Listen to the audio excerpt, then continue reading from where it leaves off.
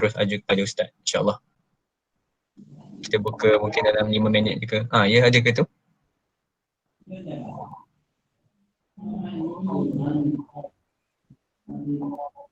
InsyaAllah. Orang kata kalau malu bertanya sesat jalan. So kita janganlah bermalu-maluan. Bermalu-maluan. Jangan malu-malu lah dalam ni. Ya. Okay. Saudara Imran, silakan.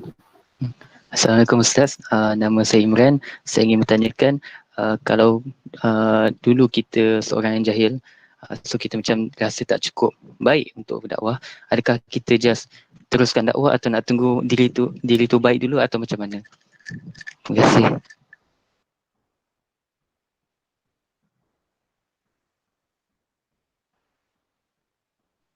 Okey, Ana jawab terus supaya Ana boleh jimatkan masa Ana. Kalau kita ni dulu merempit,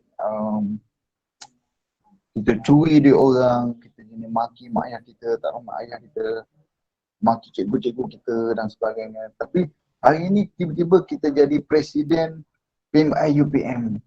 Adakah kita nak tidur saja di bilik ataupun kita nak menjalankan tugas kita sebagai seorang presiden UPM, PMI UPM?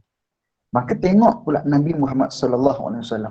Apa arahan Allah kepada Nabi waktu mula-mula nak minta Nabi jadi Nabi pada waktu tersebut. Allah sebut kepada Nabi, Iqra. Ulang, Iqra. Sehingga Nabi jawab kepada Jibril alaihi salam pada waktu tersebut, Ma'ana biqari. Mu nak suruh aku baca, aku nak baca macam mana? Aku tak boleh membaca. Ma'ana biqari. Aku tak boleh membaca, aku tak boleh menulis. Nabi di antara dia nak bagi tahu teruknya keadaan Nabi, keadaan masyarakat Arab pada waktu tersebut.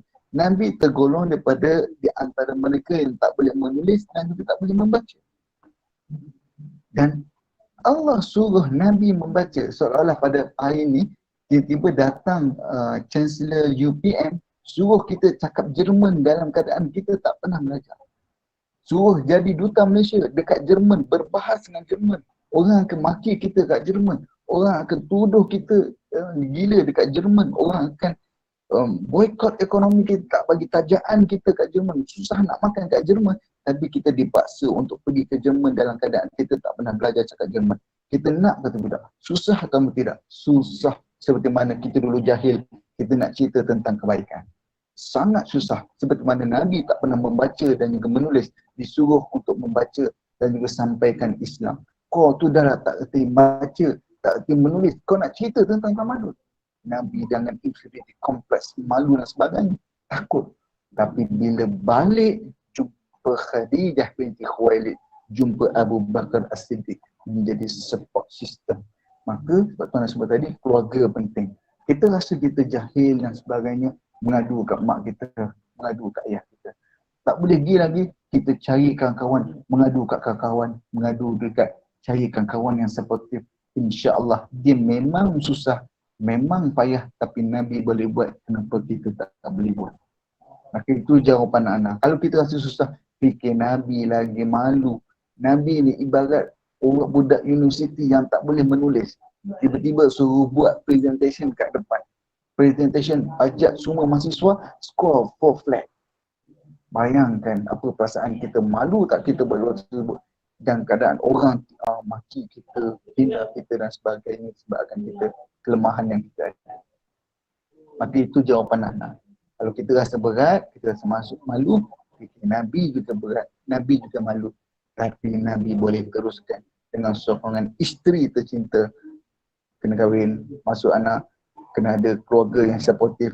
Isteri kalau ada isteri, mak ayah kalau yang belum ada isteri yang sebagainya, ada beradik. Kemudian ada kawan yang supportive seperti mana Abu Bakar yang sentiasa membenarkan Nabi Muhammad SAW. Sebab tu yang jadi kawan ni juga kena jadi kawan yang supportive. Bukannya kawan yang menjatuhkan sahabat-sahabat kita. Dia baru nak try berceramah, bertazkirah, baru nak buat poster dakwah, baru nak buat video dakwah, kita dah maki kritik sehingga dia uninstall Photoshop, uninstall AI, uninstall Viva Video Maker dan sebagainya. Uninstall terus. Sebab apa? Sebab down kan kawan tak boleh. Jadi kawan-kawan yang memotivasikan kawan kita. Deh, wallahu a'lam ni cukup tu. Oh, okey. Boleh tanya? Okay, last. Sila. Antum ingat lecturer ke nak tanya soalan? Baik, Bismillahirrahmanirrahim. Assalamualaikum warahmatullahi wabarakatuh. Nama ana Badrul Amin. Tu nama samaran tu dekat Google. Nama email. Ana ada soalan berkaitan dengan uslub dakwah yang Ustaz bicarakan tadi, di mana garis panduan uslub dakwah ini tidak boleh keluar dan membelakangkan Islam itu sendiri. Jadi ana nak mohon pencerahan Ustaz, bagaimana sebenarnya garis panduan yang tidak membelakangkan Islam. Contoh hari ni kan anak muda banyaknya dengan game, kita tahu macam PS5 yang baru launch baru-baru ni, hiburan, dakwah melalui hiburan. Jadi nak mohon pencerahan Ustaz sedikit berkenaan dengan dakwah, uslub dakwah di bahagian ni. Wallahu a'lam. Okay. Dia sebenarnya benda memisah, dia macam garis pemisah di antara kebenaran dan juga kebatilan tu sebenarnya jelas, tapi dia sangat nipis. Garis pemisah di antara kebenaran dan kebatilan tu jelas, tapi dia sangat nipis. Kena tengok dengan cermat. Sebab tu kadang-kadang hiburan, contoh dakwah hiburan ni selalu orang pening kepala, sedangkan dia adalah sangat jelas dan senang. Sebagai contoh isu PS5. Kalau main PS5 ingat Tuhan ke, ingat maksiat ataupun ingat dunia? Jawab sekarang.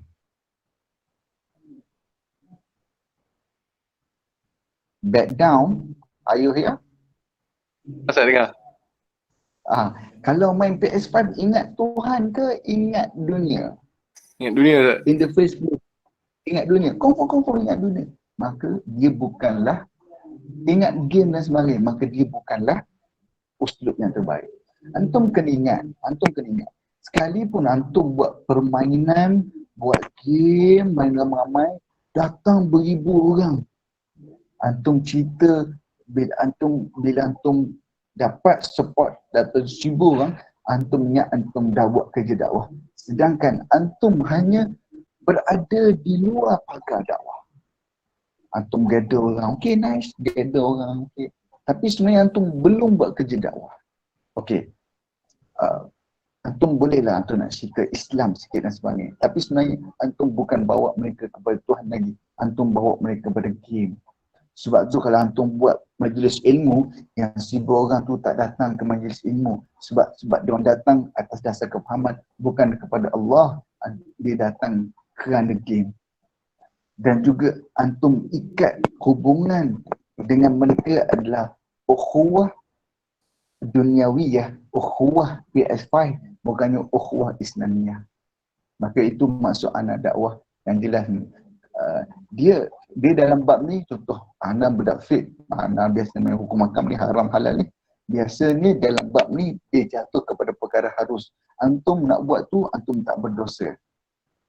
Contoh buat tu tak berdosa, tapi macam mana sebut tadi, belum buat kerja dakwah. Tapi antum buat yang kerja dakwah ni apa? Di antaranya sunat dan juga wajib. Antum bila buat dapat pahala, tinggal tak berdosa. Harus tadi buat tak dapat, buat tak berdosa, dan juga buat dia belum dapat pahala. Itu boleh buat, tapi antum belum buat kerja dakwah. Antum nak buat kerja dakwah, antum tengok orang sembahyang subuh. Kesan dia, solat subuh berapa ramai meningkat. Datang majlis ilmu talaqi berapa orang meningkat.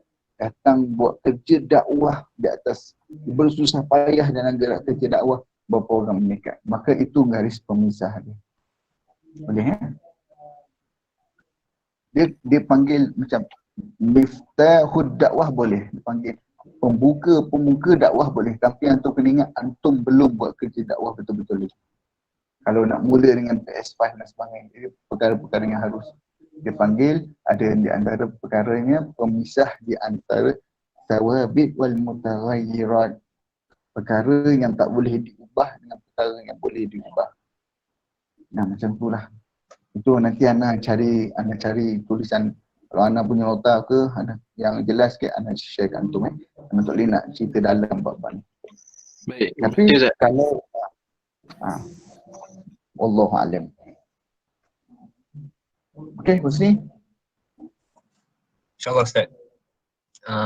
Jadi rasanya Ustaz ada kata-kata terakhir ke? Kata-kata terakhir. Baik.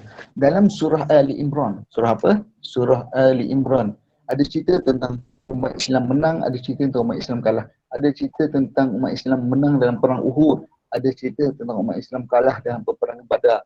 Yang terakhir ayat yang ke-200 Allah sebut, ya ayyuhallazina amanu sabiru wa sabiru wa rabitu wattaqullaha la'allakum tuflihun. Menang ke, kalah ke, berjaya ke program dakwah kita, gagal ke program dakwah kita, Allah minta wahai orang beriman bersabarlah kamu. Sabar yang pertama Dr. Yusuf Al-Qaradawi sebut, sabar tentang diri kita diuji oleh Allah, sabar mentaati Allah, sabar mensyukuri nikmat Allah, sabar menerima ujian daripada Allah.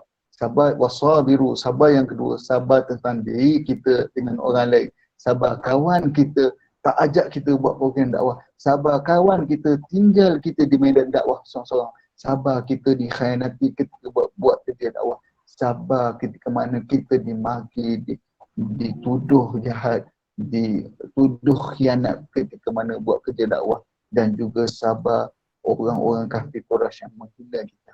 Itu sabar yang kedua. Warabitu, waribat ni bermaksud ista'iddu. Ista'iddu ni bermaksud bersiap siaga. Bila ada masalah kamu bersabar, tapi kamu bersabar meratapi menangis, tapi kamu mesti bersedia mencari jalan keluar daripada masalah dakwah kamu. Mesti yang ke strategic planning, mesti buat jalan keluar daripada masalah yang ada. Wattaqullah, dan kita bertakwa kepada Allah. Boleh jadi strategi yang kita ambil, strategi yang diredai oleh Allah, strategi yang dimurkai oleh Allah SWT. La'allakum tuflihun. Sekali lagi, moga-moga kamu berjaya di dunia dan di akhirat. Wallahu a'lam. Boleh? Sorry Ana raju sikit tu. Terus ni kalau catat-catat tu share dekat kawan-kawan. Boleh insyaAllah. Baik, dengan itu Ana rasa setakat itu saja perkongsian daripada perkongsian malam ni. InsyaAllah mengucapkan berjutaan terima kasih kepada pengisi kita pada malam ni, Ustaz Faizuddin. Jadi insyaAllah moga dengan perkongsian yang kita dapat pada malam ni dapat praktikkan, dapat amalkan apa yang kita dengar tadi. Tadi kita dengar teori, insyaAllah kita amalkan, kita praktikkan dalam kehidupan kita. Jadinya moga segala perkongsian pada malam ni membawa keberkatan, segala detik yang kita luangkan pada malam ni menjadi asbab untuk kita dapat syurga di akhirat kelak insyaAllah. Jadi nak minta maaf pada semua, pada Ustaz terutamanya dan pada semua sahabat-sahabat jika mengambil masa yang lama. Jadi itu kita tangguh dengan tasbih kafarah dan surah Al-As.